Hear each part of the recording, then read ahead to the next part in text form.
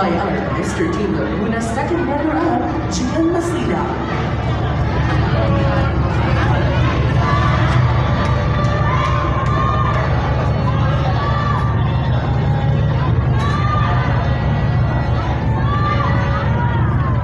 Our best in swimwear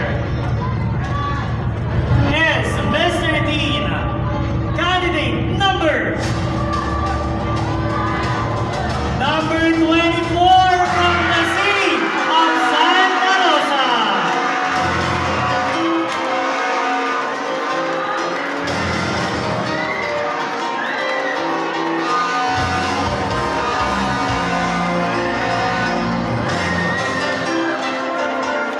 Moving on to our next major awards.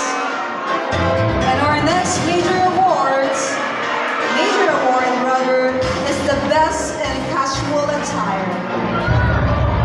And our Mr. T best in casual attire is candidate number.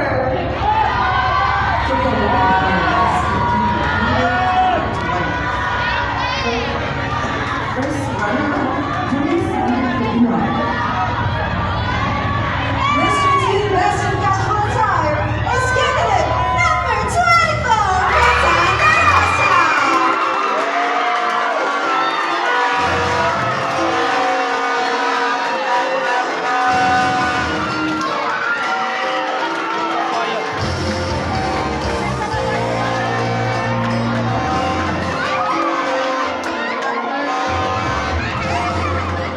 now we have the best in formal wear.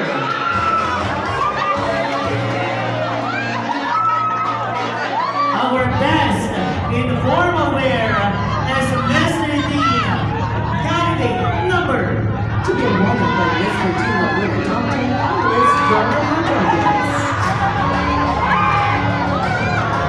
Our best in formal wear is Mr. Dean, candidate number 24.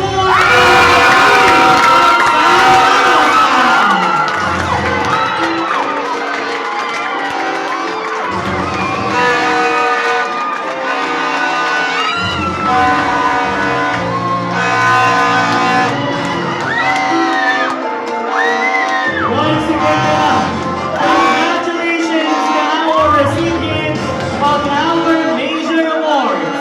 Your outstanding performance has truly earned our admiration. And now, ladies and gentlemen, we have reached the moment that our candidates have been eagerly waiting for.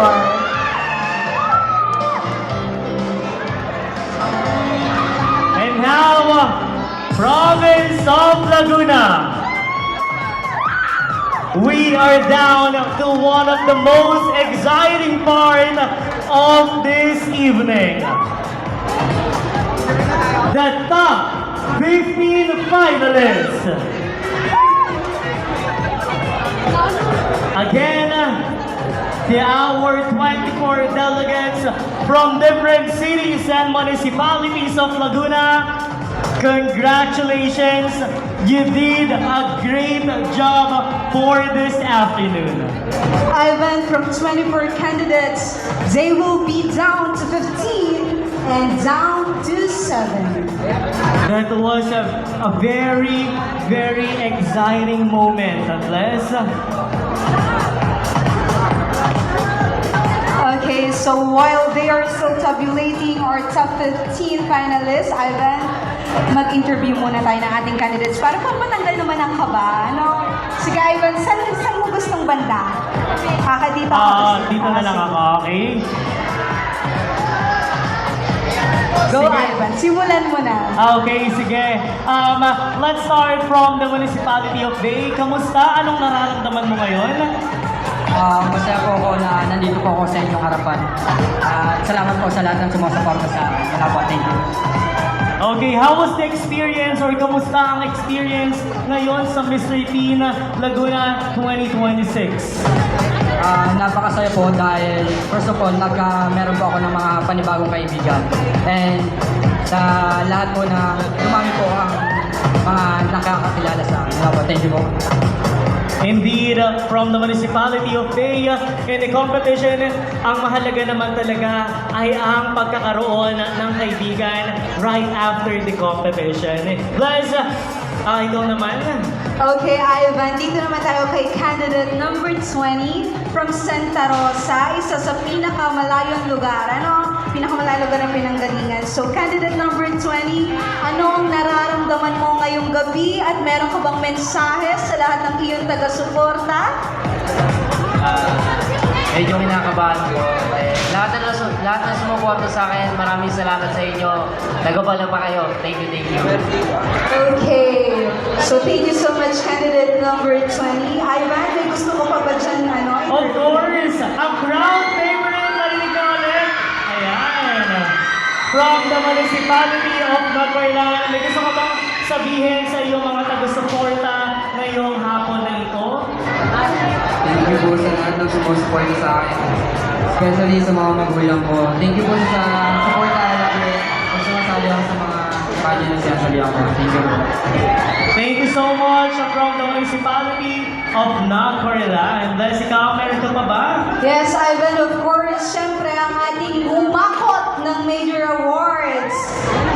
Candidate number 24. Candidate number 24. Santa Rosa. Okay, anong gusto mong sabihin dahil ikaw ang nakatanggap halos lahat ng major awards? Hindi ko po inaasahan yun at isa pa po, nagpapasalamat po ako sa mga magulang. Sa mga tropa ko po sumusuporta po sa akin at sa mga sumusuporta po sa akin dyan. Thank you po at sa lahat po dito ng mga thank you so much po. Thank you so much once again, candidate number 24. You are truly deserving of your awards naman, Exactly, bless. And of course, syempre coming from a long city or dulong city ng Laguna or isa sa pinakamalayong syudad sa probinsya ng Laguna, they were able to gather here at Sanster Mall. Parinig nga po ulit ng mga palakpakan ng mga taga-suporta ni candidate number 24. Ayan. Talaga Alam mo, Ivan, dun sa mga taga-suporta pa lang nila, talagang panalong-panalo na sila. Dun pa lang sa effort na binigay nila pagpunta dito. Siyempre, makalanggas ngayon, di ba? Exactly. And of course, syempre yung pamasahe may increase din kahit paano. But still, they showed up here just to show their support to their candidates. That's why, sabi nga namin kanina, we really admire those people or those candidates who traveled more than an hour just to be here in the Mr. Teen Laguna 2026 Coronation Night. Most especially yung mga taga-City of Santa Rosa, San Pedro. Ayan, maraming salamat po sa pagpunta at pagdalo ngayon sa Coronation Night ng Mr. Teen Laguna. Of course, hindi mga taga-Rizal, Ivan, isa din sa malayong lugar yan. And, parang layo natin, magkagalit ba? Ayan. Akala ko kasi mag-interview pa tayo. Mag-interview pa tayo? Gusto niyo pa ba mag-interview tayo? I think para ma-relax na sila, for the meantime, they just relax themselves and then abangan who will take over, who will be our top 15 finalists. You know what, Ness? We really need to double check or even triple check our application for this afternoon. Because you know, this is a provincial time and we really want the best for this afternoon. Of course, this is not the first spot here in Laguna. Kaya, it takes time, di ba, to calculate your scores. Para naman, kasi ito talaga ang dapat palangin na susunod ng Mr. Teen Laguna 2026. That's right, once and of course, once again, pasalamatan natin yung ating official wardrobe provider ng ating mga candidates for this afternoon. Once again, our official production number provider, ang nag-iisa at walang kumpas from the municipality of Pagsakan, Mr. Mer Bengo. And of course, pasalamatan din natin ang isa at nag-iisa at napakatalentadong nag-provide ng ating swimwear and formal wear ng ating mga candidates for this afternoon, Mr. AJ Alcantara. Of course, Ivan, this event wouldn't be possible without the help and generosity of our following sponsors, starting with our major sponsors. Of course, thank you so much to our Governor, Honorable Governor Sol Aragones. Honorable Vice Governor Attorney J.F. Caray III. Honorable Congressman Benji Agaraw. Honorable Bokal Jam Agaraw. Honorable Bukal Arvin Manila. Honorable Bokal Bench Stephen Delismino. Honorable Mayor Benjo Agaraw. Honorable Councilor Edo Asinas. Honorable Councilor Angel Pangaliban. Mr. Dario Leonsoy. Dr. Raymond R. Parang. Mr. AJ Alcantara. Mr. Michael D. Buni. Mr. Man Bengo. Mr. Juan Louis Manalo Mendoza, the CEO of Tower Sense Perfume. Honorable Jasper Santos Balaniban. Mr. Jerome Leviste. Ms. John Lavinia of Love and Fragrance. Sacermo Santa Cruz Laguna. RCA Creative Hands. Obra Liga. Alcantara Fashion Empire. Honorable Sherwin Banatikla Patigan. La Rosa Management Catering and Services. El Bugin Resorts and Event Villa Laguna. Sa kabutilan ng Presta Events Place. Vince Dular. Mr. Morgan Vince Photography. Rainbow Multimedia Production. Kazunari Hidaka. Mazi Yumanko. Kurt Nicolas. Mara Argola Yamada.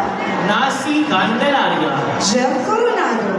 YFP Production Team. Chow King. Max Restaurant. Red Ribbon. Mama's Biryani. Marilyn Cada. Miss Gia Wynn. Miss Marida Cabronero Malite. CBB Skin Clinic. Dr. Carmencita Villanueva Balubaya. And of course, Mr. Francis J. Mark Barry.